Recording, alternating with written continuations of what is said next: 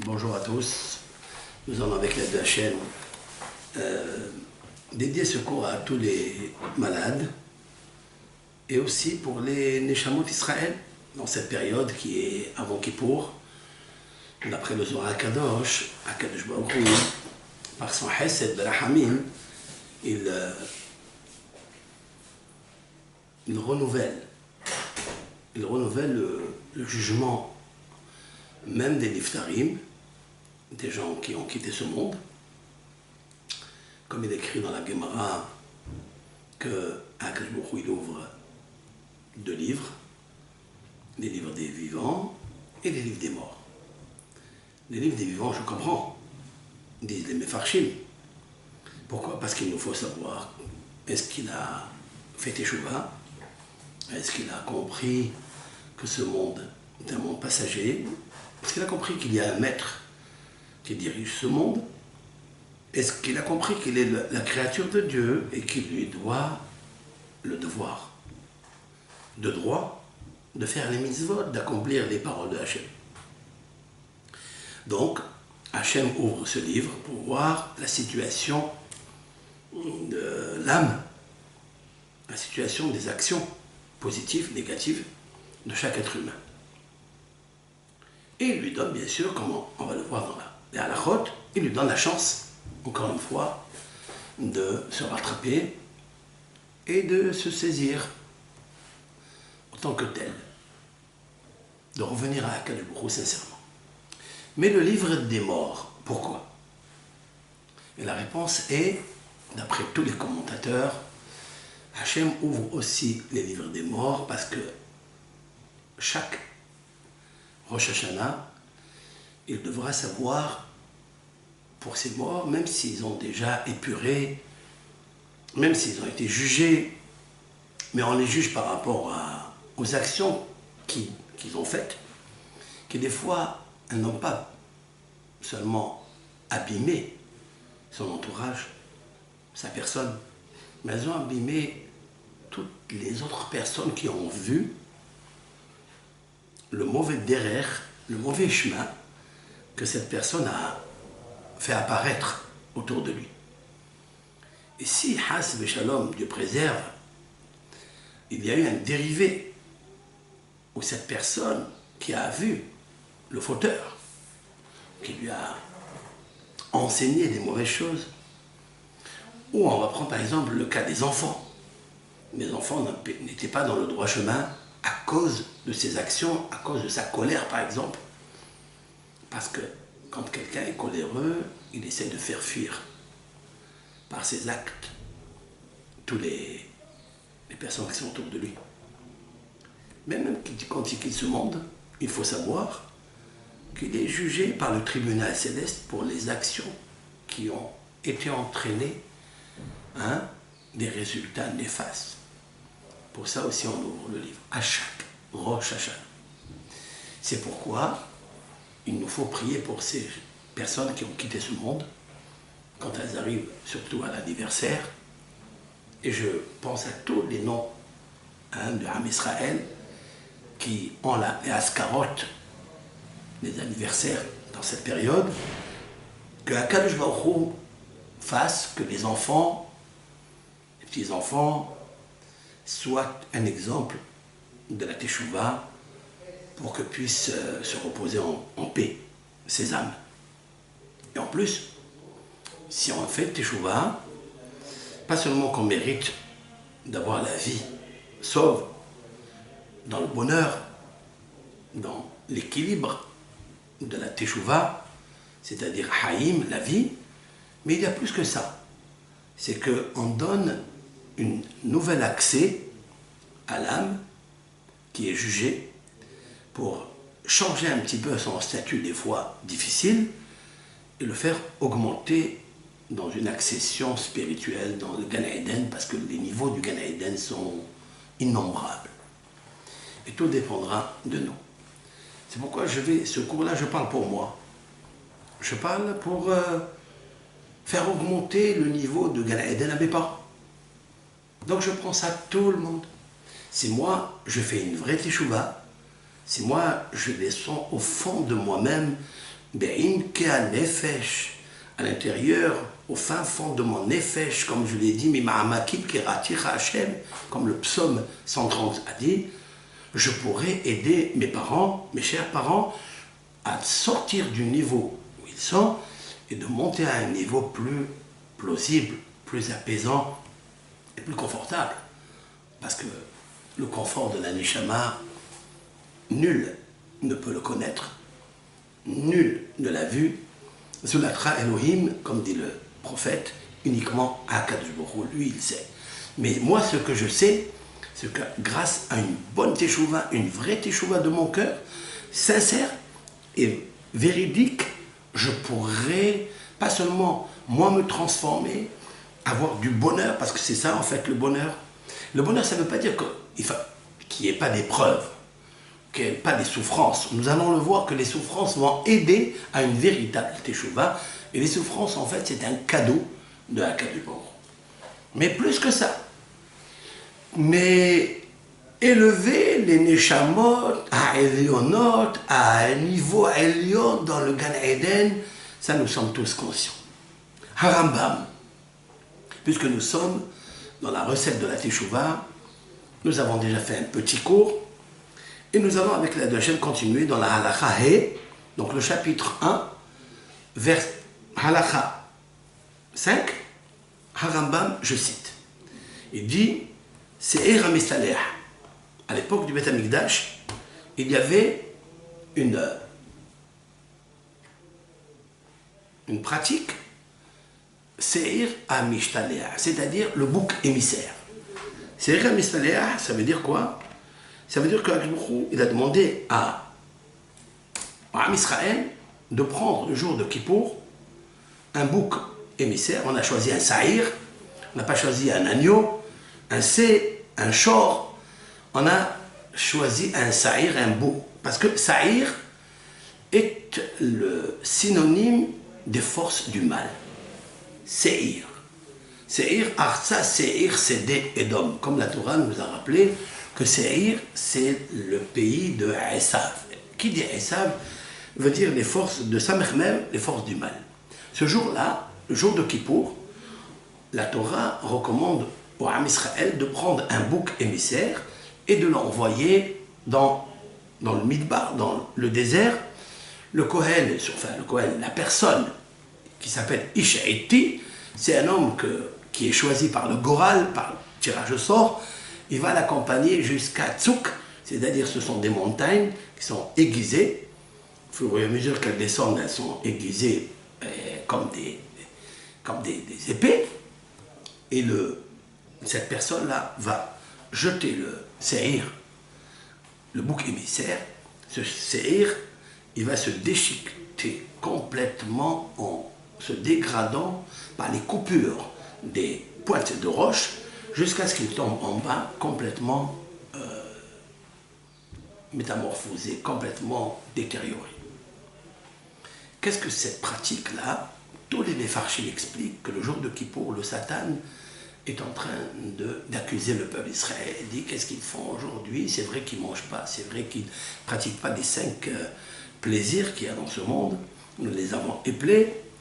Ne pas manger, ne pas boire, ne pas pratiquer le devoir conjugal, ne pas se frictionner, ne pas chausser des chaussures, etc., etc. Eh bien, ce jour-là, il dit, ils choisissent un jour pour leur faire pardonner leurs fautes. Ils n'acceptent pas, donc ils commencent à accuser le peuple d'Israël avec toutes sortes d'accusations. Et le Ham Israël a trouvé, donc, Moshe Rabbeinu a trouvé cette astuce d'envoyer ce Seir à Mishtaleah, et pour, disent les Mefarchim, notamment le Ramban, au nom du Zohar, pour donner à manger, donner un cadeau, un présent corrupteur pour aveugler, si l'on peut dire ainsi, la bouche et les yeux du Satan. C'est leur faire un petit cadeau, car il nous faut leur donner un petit cadeau, comme ça, ils nous laissent tranquilles. C'est aussi le sod, en passant, je voulais vous dire, à tous les hommes qui mettent les téphilines tous les jours, comme c'est important, vous trouverez que là, ici, à partir de la deuxième paracha de la droite du poseur, la droite du poseur, ici, eh bien, il y a 3 petits ou 4 petits cheveux, 4 cheveux qui sortent, ce sont les cheveux du séhir, On prend ces cheveux-là, des cheveux de la queue d'une vache ou d'un taureau, et on attache les parchemins qui sont à l'intérieur des téphilines, on les attache et on fait sortir 4 cheveux par le trou des téphilines, des phylactères. Pourquoi? Pourquoi on sort ces cheveux à l'extérieur? Explique les mefarshim, les kabbalistes, notamment Rabbi Menahem de Rekanati, a expliqué que ces cheveux, c'est comme le seir amishtaleh, c'est-à-dire c'est comme le bouc émissaire. Ce sont les seir viennent du mot se'ara, se'arot, c'est-à-dire les cheveux, parce que les cheveux sont synonymes de din, de rigueur, et donc on donne aux forces extérieures un semblant de cadeau pour qu'ils puissent nous laisser tranquilles. C'est ce que j'avais dit une fois, que lorsqu'un homme il subit des souffrances, il subit tous les jours il a des problèmes, il faut qu'il dise au Satan, écoute, laisse-moi tranquille, dans l'abattoir il y a des taureaux plus gras, plus gros, plus grands que moi, allez-y, les manger, laissez-moi tranquille. C'est quoi cette astuce kabbalistique? C'est le seir ha-mishtaleh, c'est-à-dire le seir, le bouc émissaire, donc on envoyait qui se déchiquetait parce que les forces du mal ont beaucoup de plaisir et d'appétit, de désir dans le sang de ce seir ha-mishtaleh. Donc comme si c'était une kapara qui pardonnait le peuple d'Israël. Voilà ce que la Torah nous a dit avec une petite explication kabbalistique. Cependant, nous sommes dans la halakha. Qu'est-ce que apporter, quel bénéfice apporter ce seir ha-mishtaleh, ce bouc émissaire? Un Rambam dit, les filles chez ou kapara al kol Israël. Il est un pardon pour tout le peuple d'Israël. Kohen gadol midvade alav al lashon kol Israël. Alors qui est-ce qui faisait le pardon, c'est-à-dire l'avouement à la faute, le vidouille? Nous avons dit quelques halakhot précédemment que le peuple d'Israël individuellement doit reconnaître ses fautes du mot vidouille, qui veut dire hoda'a, cela veut dire reconnaître ses fautes devant HaKadosh Baruch Hu, et il doit frapper sous son cœur, dans la poitrine, sous son cœur, pour ne plus récidiver, demander donc le pardon à Hachem. Par contre, ça c'est individuel pour chacun. Par contre, pour le peuple d'Israël en globalité, le Kohen Gadol, c'est lui qui faisait le vidouille pour le peuple d'Israël par rapport à ce bouc émissaire. Comme il est marqué, Vihidvada alav, il se repentira, c'est le Kohen Gadol, et kol avonot ben Israël, tous les péchés des béné Israël. Autrement dit, que le Seir ha-mishtaleh pardonnait les fautes de tous les béné Israël. C'était un privilège énorme, un grand privilège, et cette faute-là, dit à Rambam, ce bouc émissaire, lorsque pratiquait le Kohen Gadol le jour de Kippour, cette mitzvah, eh bien, il pardonnait toutes les fautes. Dit à Rambam dans la Chavav, Seir ha-mishtaleh, donc le bouc émissaire qu'on envoyait, Mechaper al kol averot shebatorah. Il pardonne sur toutes les fautes de la Torah. Kalot vehamurot, c'est-à-dire les légères et les sévères. Nous allons expliquer quelles sont les légères et quelles sont les sévères. Ben she'avar bezadon, soit qu'il a transgressé volontairement. Ben she'avar bishgaga, soit qu'il a transgressé par inadvertance. Ben she'odalo, soit qu'il sait qu'il a fauté, soit qu'il a complètement perdu l'idée qu'il avait fauté. Hakol mitkaper beseir ha-mishtaleh. Tout est pardonné, toutes les fautes. HaKadosh Baruch Hu, il pardonnait au Am Israël par le Seir ha-mishtaleh. Vehu, à condition, she'asa teshuva. Cela veut dire qu'il est vrai que le Kohen Gadol représentait tout le peuple d'Israël en faisant le vidouille, mais il fallait que chaque individuel, chaque homme, femme, celui qui donc a fait une faute, il devait faire teshuva. Comme je l'ai dit, qu'est-ce que la teshuva? C'est de dire, moi aussi, je ne recommencerai plus à faire ce péché, je vais changer complètement ma parole, complètement ma pensée, et à plus forte raison, mon acte. Aval, imloa sa teshuva, Mais s'il n'a pas fait teshuva, en aseir mechaper lo el ala kalot. Alors à ce moment-là, toute personne qui a fait teshuva, associée au vidouille du Kohen Gadol, associée au seir amishtaleh, était pardonnée complètement le jour de Kippour. Mais si une personne ne faisait pas teshuva, elle lui était pardonnée uniquement les calottes. Les calottes, ça veut dire les fautes légères. Quelles sont les fautes légères? Un Rambam nous dit. Umayena kalot, umayena hamurot. Quelles sont les fautes qui sont légères? Quelles sont qui sont sévères? Hamurot, celles qui sont sévères pour la Torah, hen shehayavin alehen mitat bedin o karet. Ce sont les fautes que, à cause d'elles, l'homme est passible de mort par le ciel ou bien par le karet, c'est-à-dire le retranchement. On expliquera qu'est-ce que c'est que le retranchement. C'est ce qui arrive à plusieurs de nos frères dans le monde. On ne sait pas pourquoi ils quittent jeunes, moins 60 ans, pourquoi ils quittent à 58 ans. Tout ça est répertorié dans les Sfarim Akedoshim. Notamment, il y a un livre qui s'appelle Yové Karet, c'est-à-dire les condamnations de Karet, qui a été écrit par un grand maître qui était un des ministres de Portugal, un juif, ministre du roi de Portugal, qui s'appelle Don Avar Benael.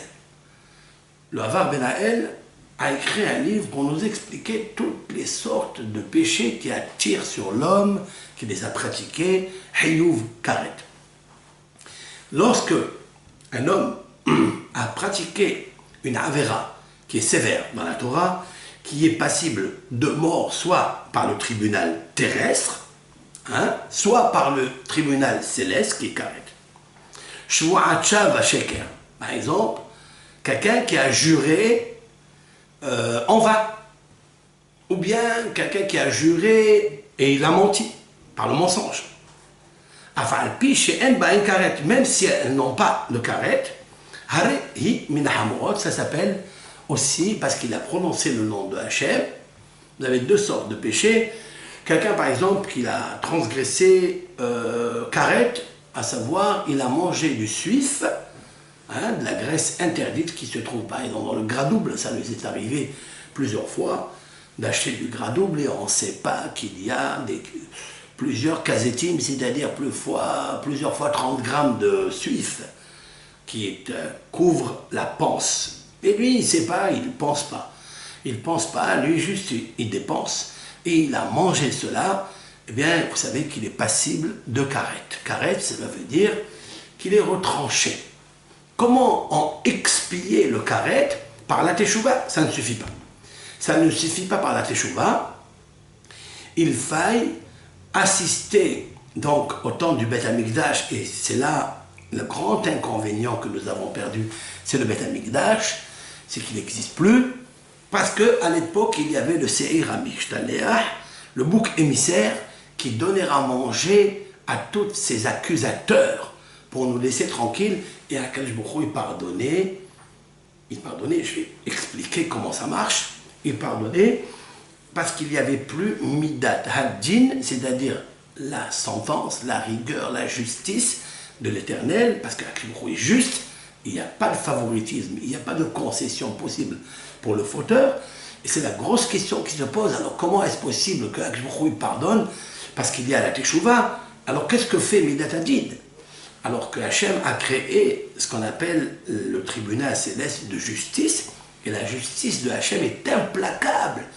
En Havel, Hachem ne commet pas d'iniquité. C'est la question que demande Ramchal, le Mesilat Yesharim, l'auteur donc du Mesilat Yesharim, du sens et de la rectitude. Il demande comment est-ce possible de réconcilier la teshuva, parce que je fais teshuva, parce que je tape un petit peu sur la poitrine, sur mon cœur, et je dis je fais teshuva, que j'ai pardonné. Par exemple, quelqu'un qui a tué une personne, est-ce que le fait de faire teshuva, il va ramener la neshama qu'il a fait abandonner, qu'il a fait disparaître? Est-ce que c'est possible? Non, c'est pas possible. Si quelqu'un, Hazve Shalom, Dieu préserve, il a commis une faute avec une femme adultérienne, une femme mariée. Si quelqu'un il a commis une femme avec l'inceste, d'accord? Alors, est-ce qu'il a amené un enfant au monde? Il y a un enfant qui s'appelle Mamzer, Mumzar, cela veut dire c'est un défaut étranger qu'il a amené, et ce défaut étranger, il reste avec sa marque, avec son étiquette de Mamzer, il peut jamais le faire disparaître. Alors si Hazbe Shalom, Dieu préserve, un Ben Israël, une Bat Israël ont commis une faute de la sorte, ils sont allés, ils ont eu un rapport avec une femme mariée ou avec leur sœur, Dieu préserve, et ils ont eu un enfant. Cet enfant-là, comment lui, il va faire Teshuvah, comment il va le ramener au statut de Israël, Israël sans défaut, qui n'est pas Mamzer, c'est pas possible. Et pourtant, la Teshuvah existe. C'est ça qui est extraordinaire. Et de là, on voit que Akadosh Baruch Hu est miséricorde Hachem. Et j'ai fait un cours que je n'ai pas encore diffusé, qui parle de la Chokhmah, la sagesse, qui a dit à Akadosh Baruch Hu, moi, ce fauteur-là, il n'y a rien à faire pour lui que de souffrir. La prophétie a dit, moi, il faille qu'il meure. Et la Teshuvah dit qu'il puisse faire Teshuvah. Akadosh Baruch Hu dit, il peut faire Teshuvah. La question est de savoir, oui, c'est bien la Teshuvah, mais comment on réconcilie ça avec Midat Hadin? Qu'est-ce que Midat Hadin? Midat Hadin, cela veut dire la sentence, justice, qui est implacable, incontournable. On ne peut pas soudoyer Midat Hadin. Et pourtant, c'est Akadosh Baruch Hu qui fait cela. C'est Akadosh Baruch Hu qui est Midat Hadin, qui est la rigueur. Cette Midat Hadin s'appelle Elohim. Elle s'appelle Elohim, ça veut dire c'est la justice implacable.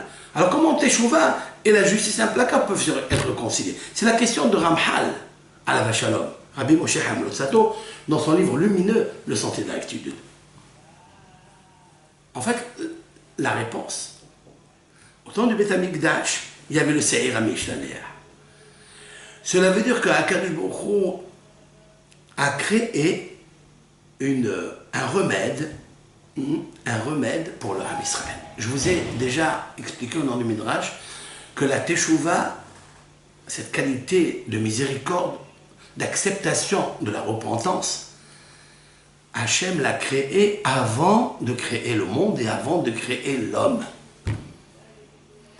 Mais la question est de savoir, mais s'il a créé aussi Midat Hadin, d'ailleurs, quand la Midat Hadin sévit, lorsqu'il y a des attentats, lorsqu'il y a le tsunami, lorsqu'il y a des tremblements de terre, quand il y a l'obstruction du soleil, lorsqu'il y a l'obstruction de la lune, tous ces faits indésirables, d'où ils viennent? De Midat Hadin. On ne peut pas échapper à Midat Hadin.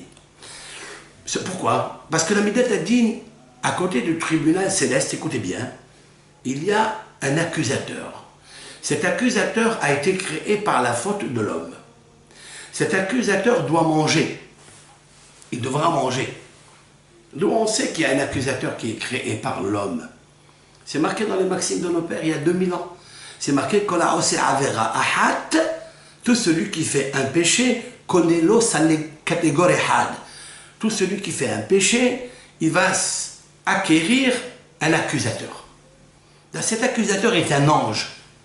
Et c'est un ange qui est Midat Hadin, parce qu'il n'a pas demandé qu'on le crée. Cet ange-là, il monte à Hachem.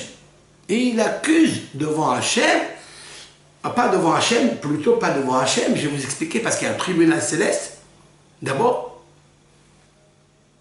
Et après, il y a Hachem.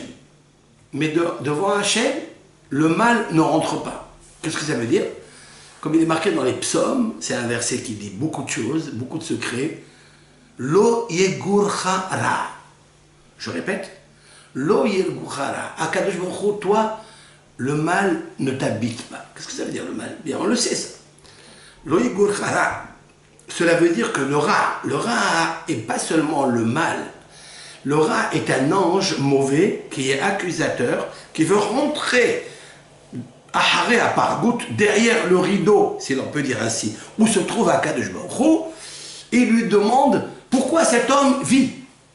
Qu'est-ce qui se passe? Eh bien, il a créé l'homme par le péché, a créé cet ange-là. Et il l'accuse toute la journée, mais Akadosh Baruch Hu ne veut pas le recevoir.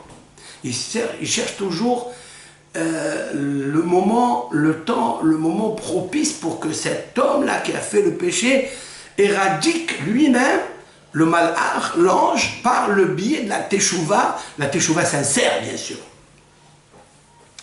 Alors qu'est-ce que fait Akadosh? D'abord, il le fait passer devant le tribunal céleste. Le tribunal céleste est composé peut-être même des rabbins de notre génération, qui ont connu notre génération, qui ne sont plus de ce monde. Ils peuvent accuser ou innocenter une personne par rapport au niveau du modernisme et du niveau catastrophique qui se produit dans ce monde-là. Toutes les inventions, toute l'histoire de Facebook et l'histoire d'Internet qui a provoqué le Horban, c'est-à-dire la destruction de chaque être humain, malheureusement. Si on se laisse aller, eh bien, on est pris dans les pièges tous les jours, car il nous faut faire très attention à l'œil, à la pensée et à la parole. Il faut faire très attention à tout cela. Et il nous faut travailler énormément pour ça. Satan, il monte devant un Akadosh Baruch Hu, il dit « J'ai faim, j'ai besoin de manger ». Akadosh Baruch Hu peut lui dire immédiatement, enfin, le tribunal céleste, vous savez ce qu'il dit? Le tribunal céleste, il dit quoi? On a créé un ange destructeur qui accuse cet homme-là, cette personne, ben, qui n'a qu'à descendre chez l'homme qu'il a créé pour lui donner à manger. Comment il peut faire? Est-ce que vous avez de la nourriture pour un ange? Pour un ange destructeur qui a été créé par un plaisir qui a été pratiqué pendant la faute, parce qu'il y a toujours un plaisir quand vous mangez un jambon, quand vous mangez, Dieu préserve, quelque chose que n'est pas cachère. Quand on parle du Lachon Hara, il y a un plaisir. Quand on fait une Avera, il y a un plaisir. De ce plaisir, il est spirituel. Quelqu'un qui est, par exemple, orgueilleux, eh bien, il a du plaisir de l'orgueil qui est spirituel, qui n'est pas palpable. Cela crée un ange qui n'est pas palpable, qui n'est pas concret, qui est ange. Cet ange-là, il faut lui donner à manger. Vous lui donnez quoi à manger? Le tribunal céleste, qui était parmi les géonim, les rabbins de notre génération, ils peuvent dire, il n'y a rien à manger, on ne peut rien lui donner. Qu'il n'a qu'à descendre en bas, chez l'homme, le fauteur qu'il a créé, et qui lui donne à manger. Mais il ne pourra rien lui donner à manger. Qu'est-ce que fait Akadosh Baruch Hu? Il a pitié de cet homme-là. Il leur dit non, non, pas de sentence. Il y a deux choses. Il y a la teshuva. S'il réussit à faire teshuva, c'est bien. S'il ne réussit pas à faire teshuva, cela veut dire autre. Que la teshuva peut annuler, éradiquer l'étiquette du nom de l'ange. Et bien sûr, il faille faire une teshuva d'équilibre. Teshuva ka'en ameshuva. On va expliquer ça. On appelle ça en hébreu, ce qu'appelle le Hassid Rabbeinu Yonah Giron dit Teshuvat HaMishkal, parce que là, toutes les teshuvot qu'on fait, il faille qu'ils soient dans la balance, dans l'équilibre. Ça veut dire que tu as fait une faute avec un désir à 100 degrés, il va falloir faire une teshuva à 100 degrés. Pourquoi? Pour éliminer l'ange que tu as créé avec un désir tellement fort de 100 degrés. Autrement dit que moins que ça, c'est pas possible. Alors si c'est pas possible, tu es obligé de passer par des issourines. C'est-à-dire, ce sont les maladies, ce sont les fièvres, ce sont les pertes d'argent, les pertes pécuniaires, ce sont les souffrances par les enfants, par tous les tsahars, toutes les souffrances que l'on reçoit. En fait, ce sont des lessives pour laver le cœur et revenir à Hachem et pardonner pour que puisse la midat hadin se taire. Qu'est-ce que fait Akadosh Baruch Hu? Il dit deux choses l'une. Ou il fait teshuva, cela veut dire une teshuva sincère, ou bien il va falloir lui prendre quelque chose dont il va avoir du tsahar, il va avoir une souffrance. Cette souffrance est spirituelle, parce que la souffrance n'est pas la souffrance du corps, c'est la souffrance du nefesh, ou du ruach, ou de l'aneshama. Ça dépend du niveau qui a fauté. Et à ce moment-là, en compensation, on va payer le malach, l'ange. C'est pourquoi il ne faut jamais, écoutez-moi bien, il ne faut jamais souffrir plus qu'il en faut. Lorsqu'on a des souffrances qui arrivent, des souffrances pécuniaires, ou des souffrances de maladie, ou autre, par tes enfants, ou ton entourage, ceux que vous aimez, il ne faut jamais se troubler. Pourquoi? Parce qu'au contraire, il faut l'accepter et dire Kapara, comme d'ailleurs tout le peuple d'Israël, chaque femme, chaque homme, chaque enfant est habitué à dire kapara. Qu'est-ce que ça veut dire ce mot kapara? C'est quoi ça? Kapara, cela veut dire il faille créer l'étiquette d'acceptation de souffrir parce que tu sais que ça va changer l'ange accusateur de se calmer. Ça va l'adoucir. Allez, on va dire ça. Ça va l'adoucir et quelquefois il est doux, mais il reste encore fort pour accuser. Il faille l'éradiquer. Pour ça, quand on fait une vraie teshuva, comme on va le stipuler ici dans le Maïmonide, alors la teshuva, elle n'a pas besoin de souffrance. Il a dit le Rav Hida à la Shalom, d'ailleurs c'est une révolution. Il a dit que celui qui étudie la Torah, l'Ishma, c'est-à-dire pour la Torah, pas pour s'enorgueillir, pas parce qu'il reçoit des connaissances, parce qu'il diffuse des connaissances, il a un intérêt de kavod, un intérêt d'honneur, parce qu'il a du plaisir dans ça, c'est vrai, étudier la Torah c'est un plaisir, c'est une mitzvah. Dans la Torah il y a du miel, c'est vrai, mais il ne faut pas du miel qui se transforme en fiel, devenir orgueilleux et se prendre pour je ne sais quoi. Ça, c'est pas une Torah Lishma. La Torah Lishma, c'est étudier la Torah pour diffuser la Torah de Hachem Idbarach, de Hachem pour Hachem Idbarach, parce qu'Hachem, il a dit qu'il faut être comme Avraham Avinu et d'être le père du monothéisme et de ramener les brebis égarées à leur berger qui est à Kadosh Baruch Hu, de savoir qu'il existe un éternel, qu'il existe Akadosh Baruch Hu dans le monde, il est omniprésent, il le surveille, c'est lui qui le dirige, c'est lui qui est l'unicité et qui n'est pas d'autre associé, un dualisme avec Akadosh Baruch Hu. C'est ça le but de l'homme. Maintenant, la teshuva, il faut qu'elle soit tellement forte qu'elle soit comme la Torah, les Shem Shamaim, vraiment la teshuva me'ahava, c'est-à-dire avec amour. La teshuva me'ahava, ça veut dire quoi? Nous allons l'expliquer. Cela veut dire que même quand tu as des souris, même quand tu as des souffrances, tu les acceptes avec amour. Et ce sont des souffrances qui ne te font pas perdre les mitzvot. C'est-à-dire la tefila, la prière, le kriyat shema, le motzi, tu dois faire ton motzi, tu dois faire la netiat yadayim avant de manger, tu dois faire ton birkat Amazon quand tu as fini de manger, tout, ou bien l'étude de la Torah surtout. Il faille que chaque juif étudie la Torah un jour. 1 heure par jour, 2 heures par jour, obligatoire. Parce que cette Torah-là, c'est le cadeau que Akadosh Baruch Hu nous a fait, nous a donné gratuitement, mais il nous faut lui rendre le cadeau. Il faut rendre à son éternel le cadeau, à Akadosh Baruch Hu, le plus grand cadeau, je vous le dis de suite, le plus grand cadeau que Hachem, tu donnes à Hachem, si l'on peut dire ainsi, c'est quand tu prends un livre et tu étudies la Torah, quand tu écoutes un cours de Torah. Mais il faut l'écouter de H à Z, pas écouter au milieu, parce qu'il y a des fois des paroles dans le cours qui vont vous intéresser, qui vont vous éveiller, qui vont vous transformer. C'est ça. Pas regarder un petit peu, après on arrête, non. Il faut prendre du temps. C'est considéré comme l'imoud à Torah.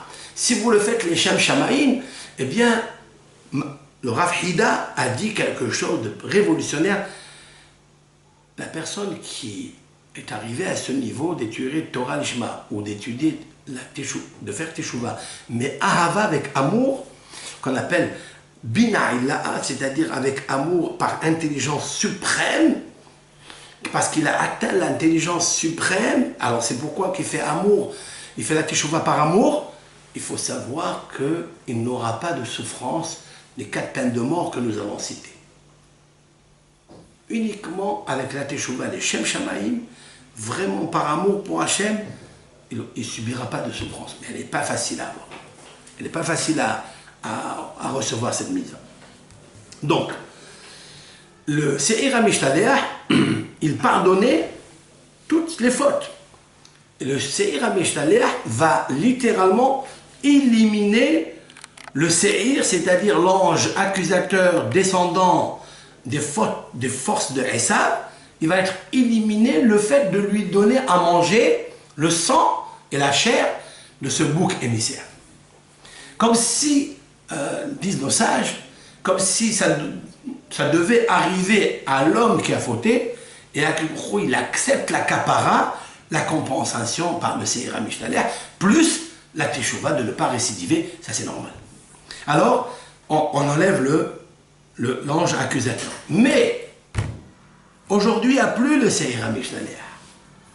Alors à ce moment-là, comment on se fait pardonner? Un Rambam il dit, maintenant il y a uniquement la Teshuvah. Il n'y a plus autre chose. Comme il est dit, Teshuvah mechaperet al kol ha'averot. La Teshuvah, c'est elle qui pardonne sur toutes les fautes. Afilu rasha kol yamav, un Rambam tire cette loi que je vais dire maintenant de la Gemara, même si un homme a été méchant, impie, toute sa vie, vous écoutez ça, toute sa vie, ve'asa teshuvah b'harona, il a fait la repentance sincère à la fin de sa vie, en mazkirin lo sham rishon. Là-bas, c'est-à-dire dans le ciel, on ne mentionnera plus sa faute. D'où on le sait, chez les Emma, Rishat Arasha, c'est-à-dire la faute, la méchanceté de l'impie, lo ikashelba beyom shuvom merishon. Il ne va pas trébucher dessus. On apprend de là que les fautes de l'homme le font trébucher. Ce sont des embûches de partout. Si vous tombez des fois ici et là, c'est parce que ici et là, vous avez fait une faute. Et vous avez créé une embûche, un piège, que l'appelle Rabbeinu Yonah, qui on dit un piège. C'est le propre piège du fauteur qui le fait tomber. Mais s'il fait Teshuvah, tous ces embûches-là disparaissent. On ne mentionne pas dans le ciel, écoutez bien la bonté de Hachem Yitbarach, on ne mentionne pas ses fautes dans le Gan Eden, enfin dans le ciel. Ve'atzmo shel Yom HaKippurim mechaper la shavim. Il ajoute, le jour de Kippour, c'est vrai qu'il n'y a plus d'autel de sacrifice de pardon, il n'y a plus le Seir HaMishtalech, le bouc émissaire, mais qu'est-ce qui reste alors? Il reste la Teshuvah et il reste le jour de Kippour. Cela pardonne toutes les fautes, mais il faille faire une Teshuvah sincère. Je continuerai avec l'aide d'Hachem prochainement. Kol tov lachem, que Hachem vous donne la force de faire une vraie Teshuvah.